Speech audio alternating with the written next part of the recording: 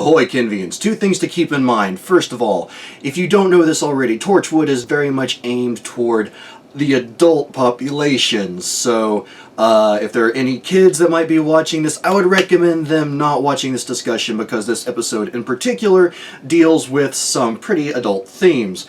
And second of all, when it comes to spoilers, for anyone else that might not be caught up on the show but is checking out these videos to sort of follow along, keep any discussion to this episode and prior. Avoid any spoilers until we reach the episode of which that information you want to talk about might actually become relevant. So that's all I have to say, and let's get started on the second episode of Discovering Torchwood.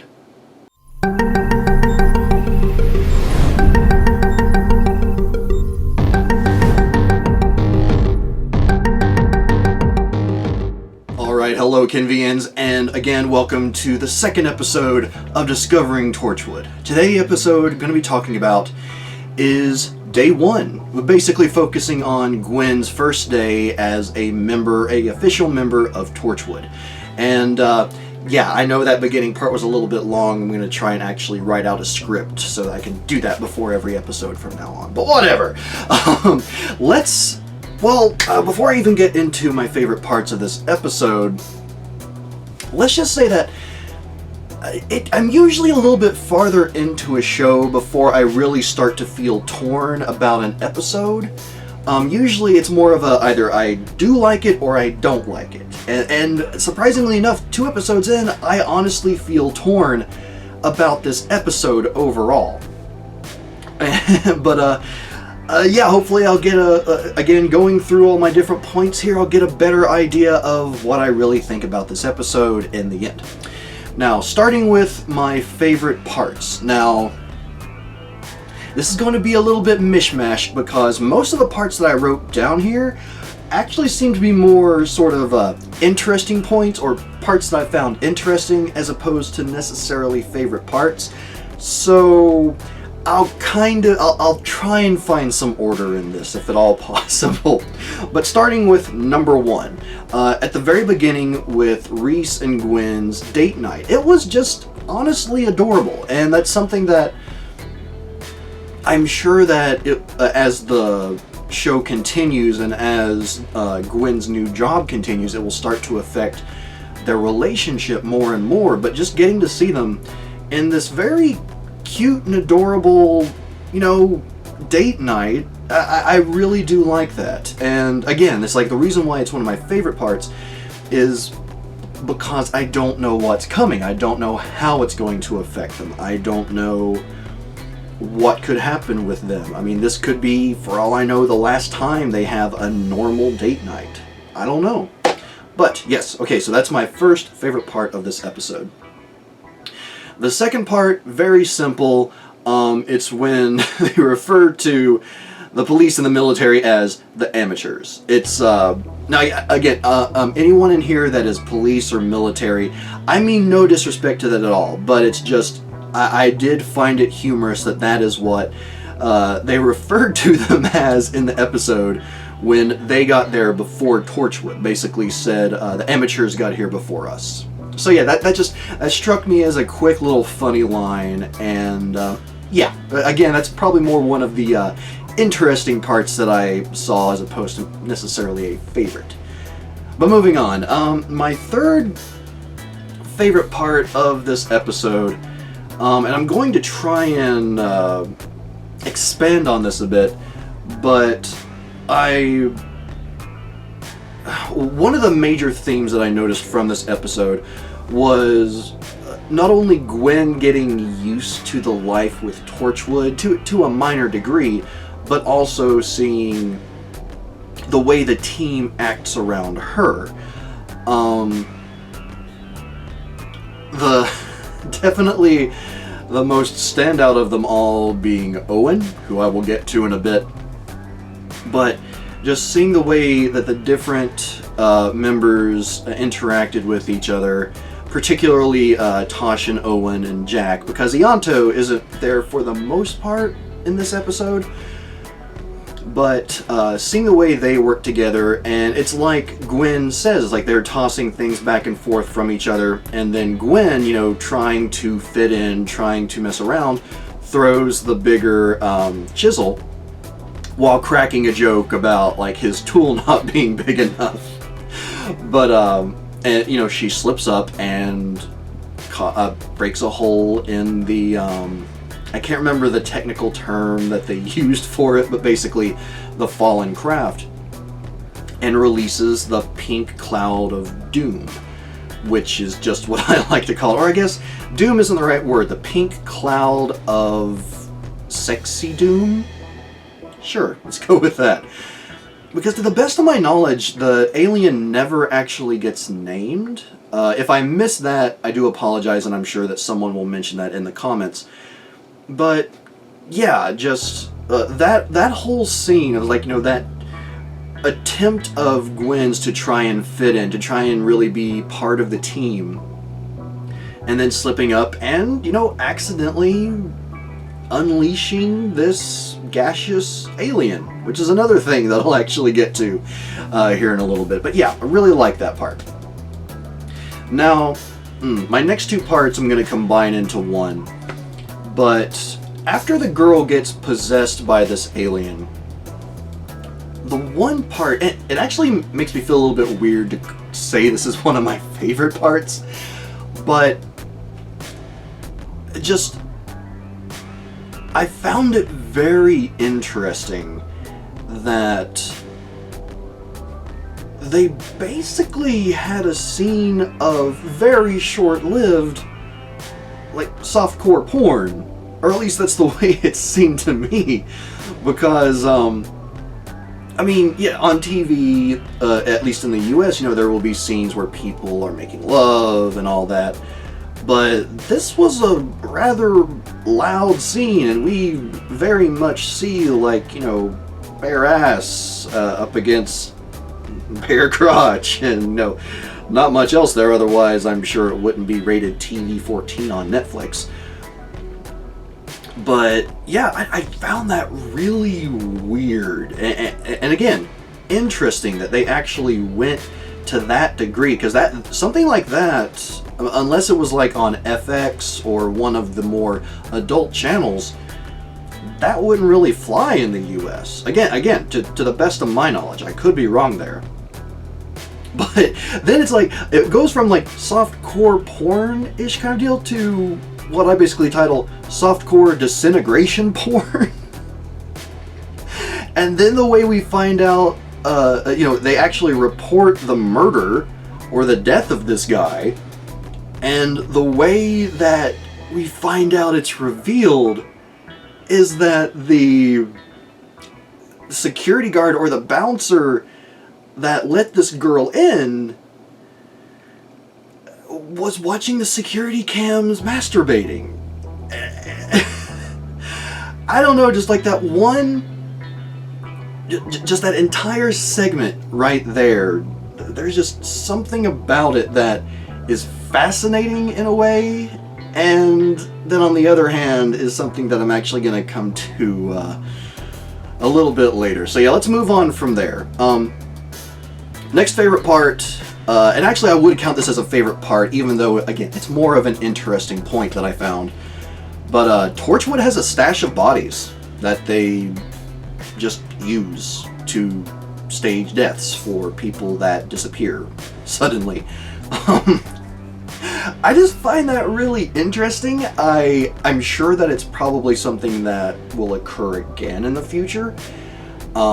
Maybe not so much what with Gwen. I mean, her clear role here is sort of rehumanizing the members of Torchwood, so maybe that's something that will be used less often.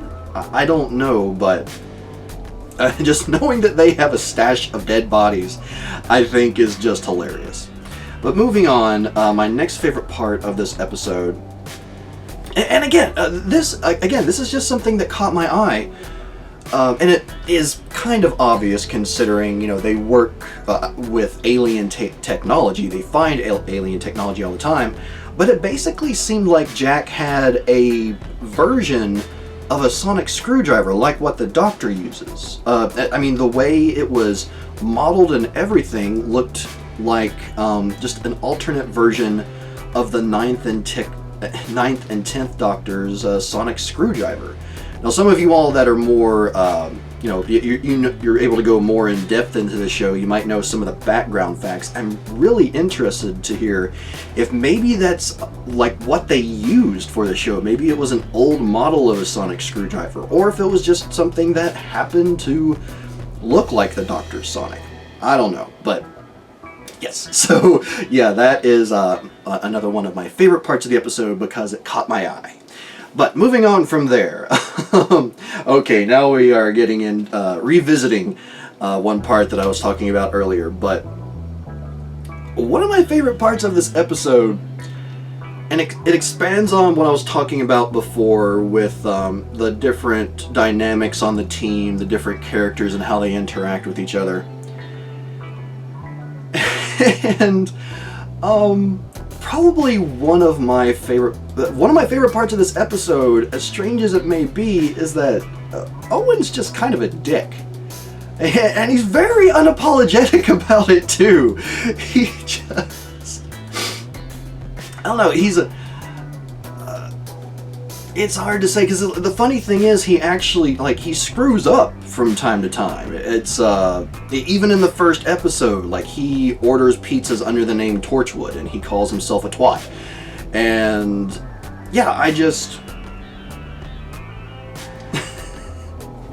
it's just really interesting, and I'm interested to see how and if the character might evolve at all, like whether or not his personality will change any. Again, as Gwen is there and sort of brings more of a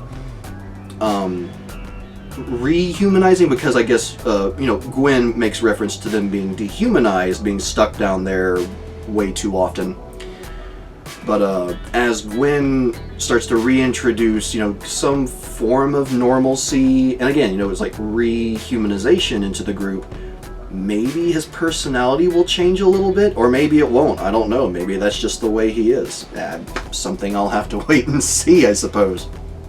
But yeah, so I guess main point, Owen is just... he stood out most of any of the other characters in this episode, other than Jack, obviously. Beautiful, beautiful man. And also, just... Owen's a dick. And... it's pretty dang entertaining. But, okay, moving on from there. My next favorite part of this episode is the fact that no one knows much, if anything, about Jack Harkness. And that was honestly something that I didn't expect. I mean, obviously Gwen doesn't know much because she's brand new to the team, but I expected that, the other members of the team might know some more information about him. They might know, a bit more of where he came from. Obviously we do, or at least those of us that have seen his episodes of Doctor Who, but I found it really interesting that his team doesn't know that. Now, it's kind of obvious as to why they wouldn't know about him being technically immortal, or that he can't die. I can understand that, but I expected just some more information. So when they came out in the episode, just outright said to Gwen, it's like, so what do you know about him? That took me by surprise just as much as it, apparently took Gwen by surprise. So, yeah, I'm really interested to see what comes of that. And again, that's something else that I'm going to touch on a little bit further in this episode. But moving on, and this is another one where I made 2 points, but I'm going to sort of combine it into one. My final favorite part of this episode is that is when Gwen takes responsibility. She takes responsibility for what she did, and she takes responsibility for the alien. Basically, almost seemingly sacrificing herself to this gaseous alien, but then thankfully having the mobile prison thing, having it available to thankfully extinguish or allowing the gaseous alien to die. So I really like that element of it. And then also, and this is something that goes back to Doctor Who, the first series, where I can't remember the actress's name. It's Eve something. Again, I apologize. But when she played the girl back in Charles Dickens' time. And back then, the first episode she appeared in dealt with gaseous alien life forms. And then although it's not technically the first alien she's ever dealt with, the first alien she's dealt with as a member of Torchwood is a gaseous alien. So I just found that to be, I mean, I'm sure that it's just, by most people's account, probably see it as a pretty blatant, obvious, just kind of like, oh, well, obviously that's the direction they were going. But I did find it rather interesting that they went in that direction with it. And I like the little sort of homage to, again, like, you know, her day one is Torchwood, and also her first day with Doctor Who, or her first episode with Doctor Who. So yeah. Okay, so those are all of my favorite parts of this episode / things that were kind of sort of interesting. I know it's a little bit disorganized, but deal with me here. I'm trying to work on the format just a little bit. But that brings me to my annoyances. And, well, I will say this. I will discount one of my annoyances, and it's the first one. And it's when the ship crashes down, and everyone is so surprised, and they're just like, what is that? What is that? What is this thing? Is it a plane? And the first thing that came to mind for me is that this, as far as I know, takes place after a ship, one, has crashed into London. I'm pretty sure it crashed into Big Ben. I could be wrong there, but I do remember it crashed through a building. But also, since Jack Harkness has the Doctor's hand, clearly there were some UFOs. Oh, there were some UFOs over there in the sky that the people could see, and there were aliens. So, yeah, I just kind of, it kind of drives me nuts. But again, I'm going to let that slide because, I mean, it's something that gets kind of dismissed throughout Doctor Who and apparently also Torchwood over time, in that either people refuse to believe it or it just doesn't sink in, whatever the reason. But I will let that slide. However, my next annoyance is when the alien / the girl, Karis, I think her name was? Karis sounds right to me.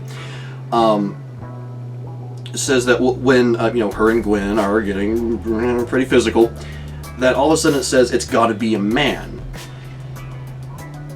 And I take issue with that because of the logic of what was previously established. Is like, this alien feeds off the orgasmic energy. It doesn't say anything about feeding off of semen. So why would it need to be a man in order for that kind of energy to take place? Now obviously it works out because we don't want Gwen to die, but yeah, just the logic behind this, like, it has to be a man. That doesn't make sense to me, because obviously women are also able to have orgasms. So yeah, just the logic of that baffles me, and honestly just it annoys me that they went with that direction. Just some poor writing in my opinion, but you know, it's overall kind of a minor deal, but at the same time it just doesn't work for me. But moving on, my next annoyance with this episode is that when Charis and the alien start to escape,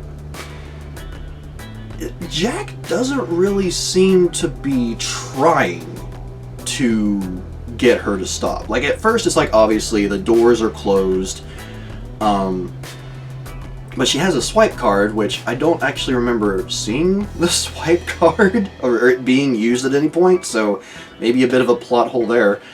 But it's not until she grabs the doctor's hand in its canister that Jack actually seems to care, or seems like, he's really, wanting to stop her.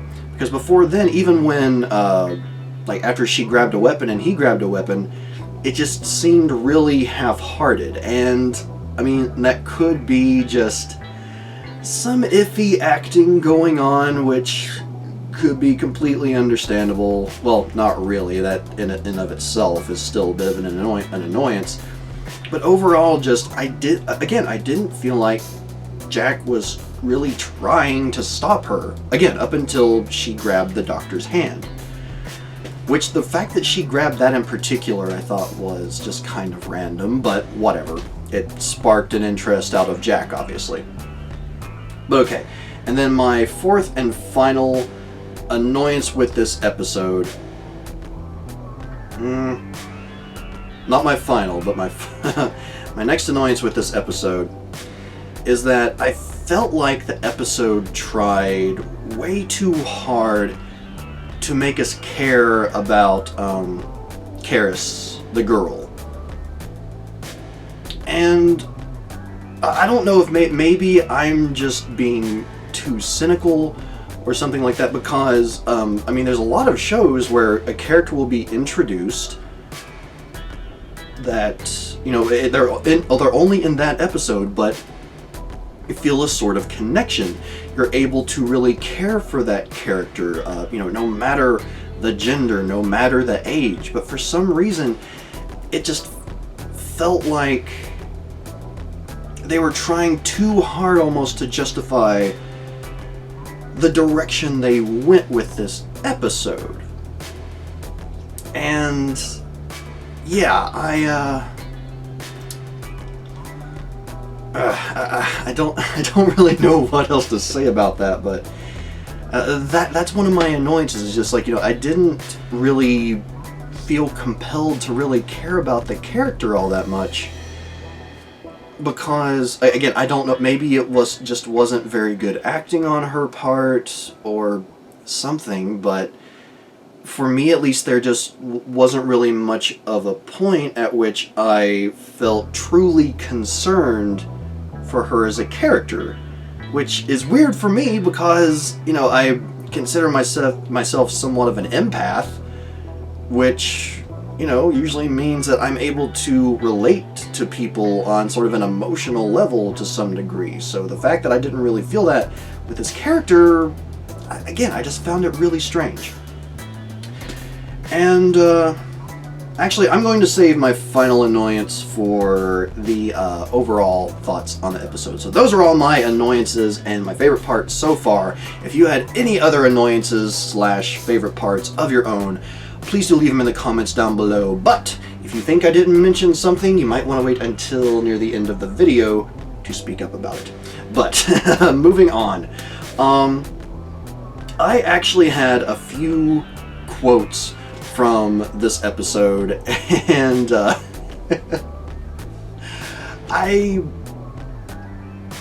they're just brilliant. All of them came from Jack Harkness, because he just seems to be the machine for the great quotes. But and for all different reasons, like not necessarily being funny, but being just very strong statements, in my opinion, having to do with the theme of the episode. Like the first quote from Jack is that you might want to stop saying you and start saying we, because again, this is Gwen's first mission, her first day as part of Torchwood, and it acts like an outsider looking in as opposed to an insider, which, again, that's something, it's an adjustment period. She's not used to their tactics, and again, she brings a more humanistic feel to this team which has been relatively dehumanized by all their time spent underground and not really interacting with the populace outside of get out of the way, Torchwood coming through.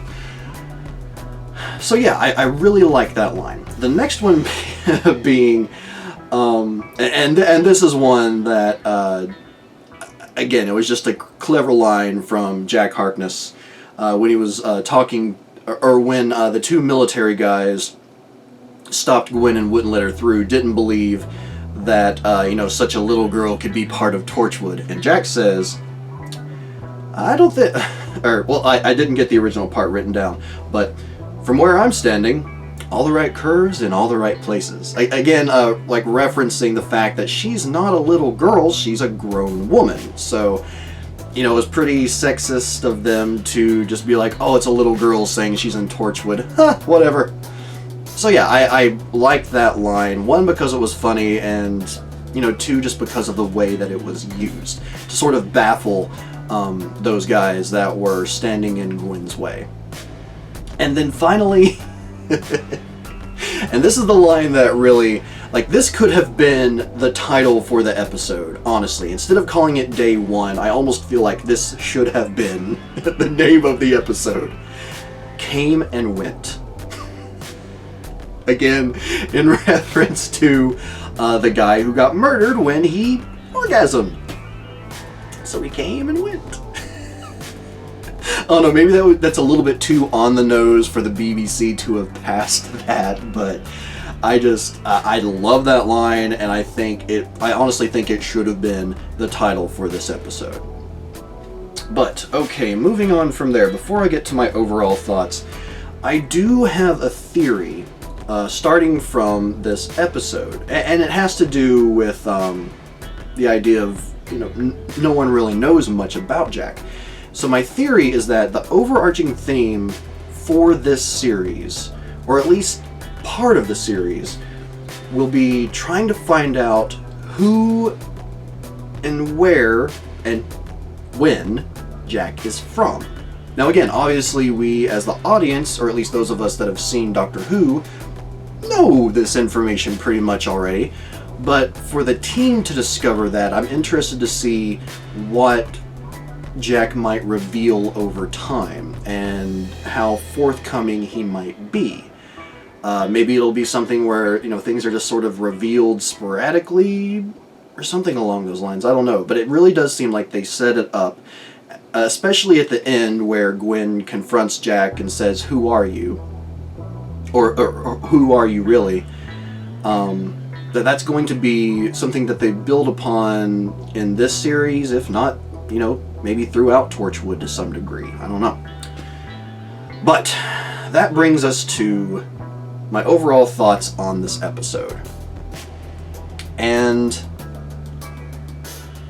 while still overall torn, and the episode does have some good parts, it made me laugh, it was fairly interesting.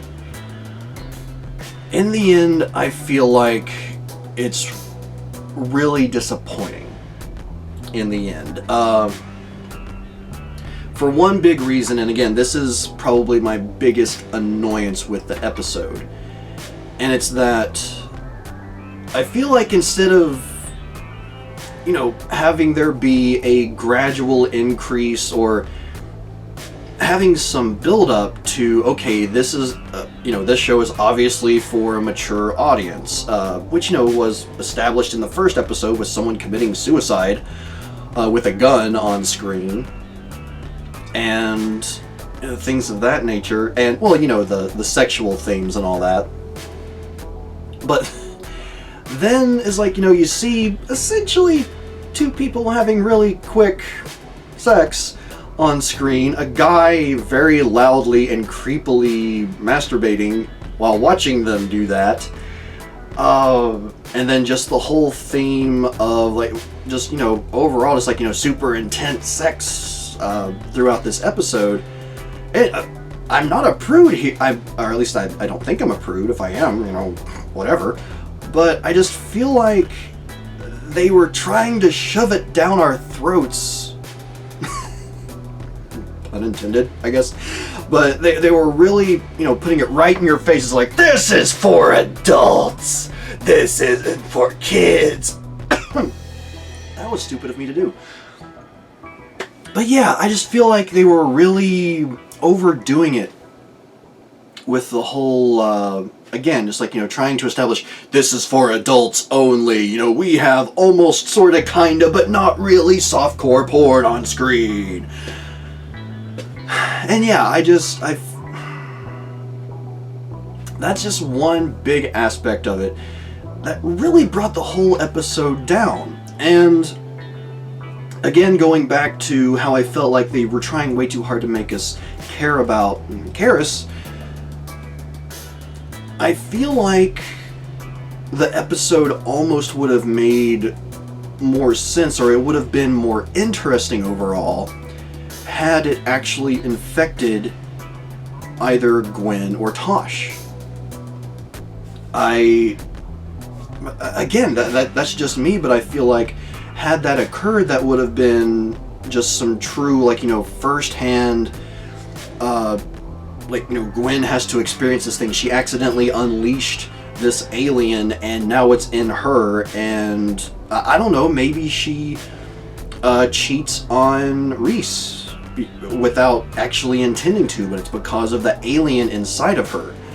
I wouldn't have wished that, if she had sex with Reese, that he would die. I don't want that at all, but I just think that would have been a really interesting problem to have to overcome in the episode. But instead they went with this girl who we don't have any connection with, and again, at least for me, didn't really feel overly compelled to care about overall. So yeah, unfortunately, just some of those elements, again, despite it having some good parts, really brought the episode down overall for me, and just that it felt like they were trying too hard. It reminded me somewhat of the feeling I got from the first 2 episodes of Doctor Who when I first started, whereas, it's interesting, but I don't know, this just doesn't sit right with me. But again, only the 2nd episode. I'm sure it's going to get better from here, or it may have a little bit of up and down, especially with this being the first season. We'll see what I think, I guess, as it goes along. And, with that in mind, moving on to the next episode, I will be talking about Ghost Machine. Another title that I don't really get much from. I could at least get day 1 to mean, pretty obvious that it's Gwen's first day. But Ghost Machine, don't really get much from that. Maybe there will be ghosts. I don't know. Maybe some of the other gaseous ghosts from her ancestors' past will come back in a way. I don't know. I'm just kind of making this up as I go. But alright, everyone. Again, any of your own thoughts about this episode, please do leave them in the comments down below. Let me know your thoughts about just the series overall. You're gonna leave your thoughts down below anyway. I'm just rambling at this point. But everyone, I will see you next time for the next episode of Discovering Torchwood, hopefully in a much more structured manner, hopefully much shorter than this episode lasted. But yeah, I'm looking forward to it and keeping my fingers crossed that the next episode I'll be much more excited about, as opposed to torn / kinda let down by. So yeah. But anyway, until next time, everyone, I'm Papa Ken, L on Z.